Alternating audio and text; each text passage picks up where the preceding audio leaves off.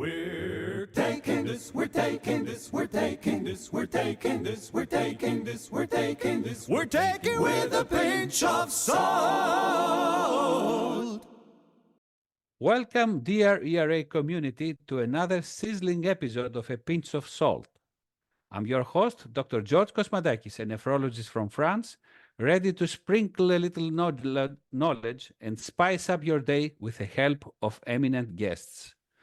Today, we're tackling a topic that's all about growing up, not just in age, but in healthcare. Ever wondered what it takes to help young kidney patients transition from pediatric care to adult nephrology? This transition is a pivotal moment in the lives of young patients with chronic kidney disease, and it requires careful attention to ensure a smooth shift in care from pediatric to adult services. Our guest today is someone who knows this process intimately. We are honored to have with us Dr. Arvind Nagra, consultant pediatric nephrologist at University Hospitals of Southampton, UK, and the lead for the Ready, Steady, Go transition program. Dr. Nagra, thank you for joining us today. An absolute pleasure, an honor to be invited, George, is what I want to say. Thank you. Thank you. Thank you. So to start off, could you tell us more about the renal diseases that most often concern transitioning patients? I think I know the ones that most people think about are the dialysis patients, the ones that have got transplants. But any long-term condition, whether it's a CKD1, can be overwhelming for young people and families because it impacts on them. So when we think about transition, we think about the CKDs 3, 4s, and 5s, but we need to make sure that we provide transition for all patients. And to me, transition is all about patient empowerment is one of the key things. And then the second part of transition is making sure that they know the adult team that they go to, be it their family practitioner, their GP, or be it another adult nephrologist. And I think the real key word here is transition is empowering patients. That is really important. Of course, because, we are all used to have septuagenarians in our consultations, in our outpatient clinics, and a GFR of 45 in that age, if the progression is slow, well, you think that he might have a long life far away from dialysis. But if you have a 15 years old young person with 45 milliliters of GFR, the discussion is completely different. So the empowerment is very important, as you say, and all these particularities of this age and the transition are so important. What is it? Yeah, sorry, yeah. Just leading on from that, George, just leading on from that is it's really important that the adult nephrologists do pick up on the fact that what's acceptable in a 60, 70-year-old with a GFR of 45 and 55, and we see this in the UK, is not acceptable in a young person to just be monitored very, very gently by the adult by the general practitioner or the family medicine person. So I think that is a really key point to get across, that a GFR of 55 in somebody who's in their 20s is much, much more significant and needs closer monitoring than somebody who is in their 60s and 70s. And that's a message that we're also trying to get across in the adult world in the UK as well, not just globally.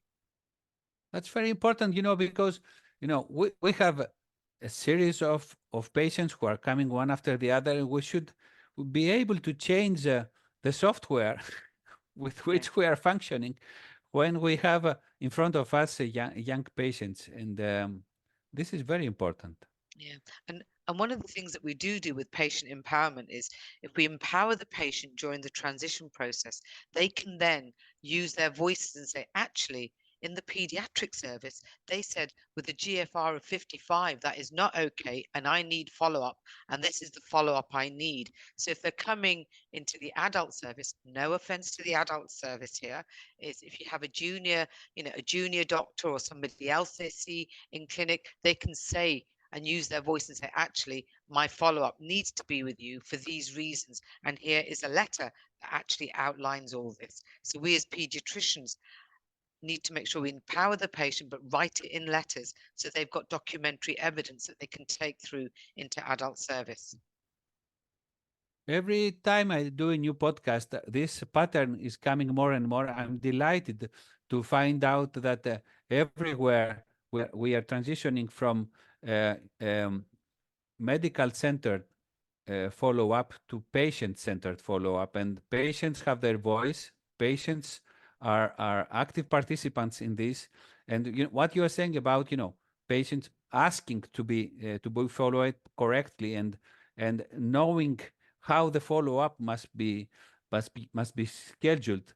This is giving responsibility to them as well, not only to the team, and this is also the definition of a teamwork with them. Yeah, exactly. And that's how I got involved, by creating and developing Yeah. the Ready Steady Go program, which is a holistic program that, one, makes sure they know about their kidney condition, but it's making sure that we meet their holistic needs, because we know that young people, when they move to adult services, certainly with chronic kidney disease, and it doesn't matter what your long-term condition is, because it's the same for diabetes, epilepsy, cardiac disease, is that actually patients with a long-term condition have the same needs that need to be addressed. So you can use a generic program, which Ready Steady Go is, and it needs to meet their medical needs, their psychosocial needs, and their educational needs. The reason being, over half of them, about 30% of them, have double the mental health issues compared to their well peers in adult services.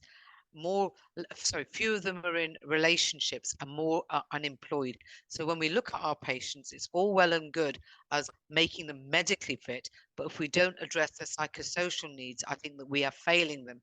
And the Ready Steady Go program can do that, but it provides a structured framework, which is a series of questions, which isn't a checklist, but it's there to open up discussion, to make sure that we as the medical teams address these issues, and also to make sure that the young people and parents know these are the issues that need addressing, but not just in children's services, but also in adult services, because there's lots of evidence out there, and certainly in the UK, there's a think tank called the Institute of Public Policy Research that only looked at adults from 18 to 85, and their recommendations were that patients with a long-term condition should be empowered to manage their condition, because they do much better in the long term, and it reduces costs to the NHS. That's where I'm based in the UK. And the recommendations they make are the same ones that are made in all the transition service specifications, be it kidneys, diabetes, hearts, showing that you can use the same program both in children's and adult services. And that's where we've got Ready Steady Go for use in children's services, and then the Hello program for use in adult services from the time they're diagnosed, be it in their teenage years, be it in their 20s, 30s, or 80s. It doesn't matter. You can use the same package. It's all about patient empowerment and knowledge, and it will release our time as healthcare professionals so that we can do more clinical work. Empowerment is key. Empowerment is the key. And I'm really impressed from the fact that you have generalized this program to all chronic conditions.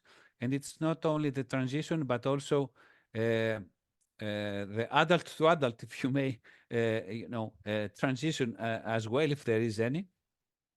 And can you explain me a little bit in detail, because I find it very intriguing, this Ready Steady Go framework. Probably other colleagues might want to know a little bit more about this. So there's a red, orange, and green, ready, steady, go, like the traffic light system. And there's a series of questionnaires that are there. It's really important, not as a checklist, just because somebody says they know an answer. It's to open up discussion, really. And it talks about the knowledge about their condition, its long-term outcomes, learning about their medications. That's part of the knowledge bit. There's a self-advocacy bit and shared decision-making bit in the middle. That's actually being able to speak up for yourself.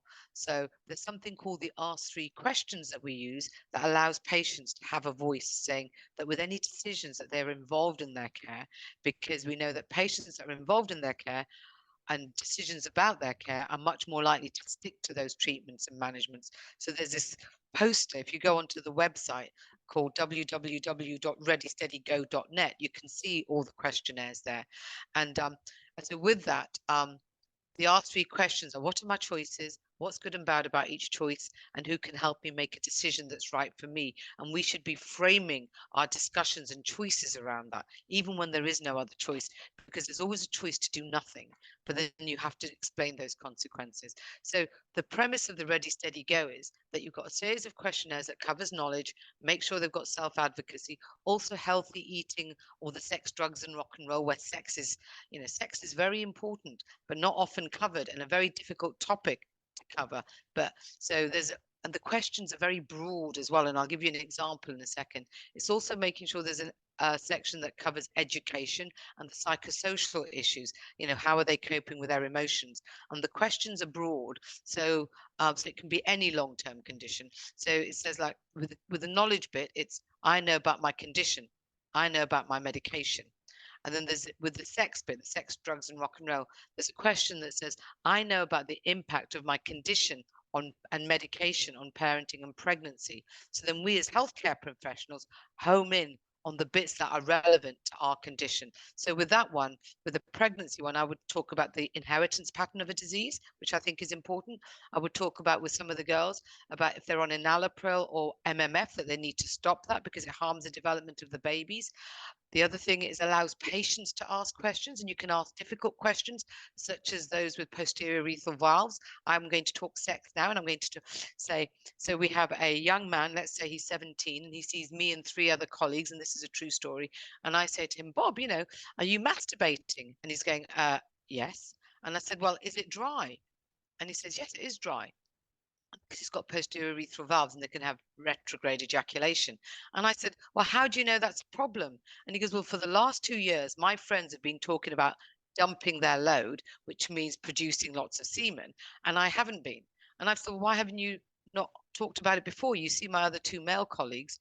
And he goes, He well, was it's because I embarrassed. know you. Yeah. He goes, I know you better, Dr. Nagra. That's why. But that isn't the reason. It's because I asked the question. And sometimes if you don't have those questions there, it allows us to ask the questions we need to know and make it less embarrassing. But it also allows them to ask questions. Like, there's an example of, let's say, 17-year-old girl who's got epilepsy. And the question that she asked the epilepsy nurse is that, if I'm giving my boyfriend a blowjob, which means oral sex, and I feel a fit coming on, what do I do? So if you can imagine the mouth just chomping, probably not such a great idea. But the fact that she's asked that question, the nurse would never have covered that question, but there's questions that it empowers the parents and patients to ask. So it's really, really important that those questions are there. And the questions that are there, as I said, are very broad, so we as healthcare professionals can home in on them, and also that the patients and parents can ask those questions, because sometimes you don't know what you don't know. And if the questions are there, and we use the Ready, Steady, Go framework as a structured framework to develop education packages on, I think everybody will get a fair deal. So you're associating the prems and proms with medical education, patient empowerment, common follow-up, a common work as a team with the patients and the treating group, and you are all this, putting them in this Ready, Steady, Go framework, which is wonderful. And you also stated something that I have been thinking since a few times.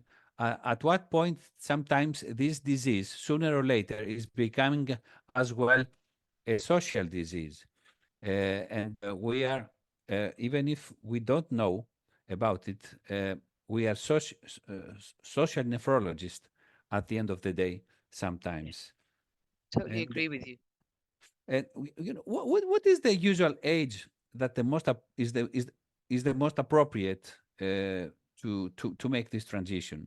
So to empower our patients, but I say you have to put good habits in early. So in the UK and most places, you try and put good practices and good habits in early. So certainly by the age of 11, you should be starting this program. And there's a the so we call it ready, steady, go, because you don't want to overwhelm them with knowledge. So that's why in the ready it goes, I understand my condition.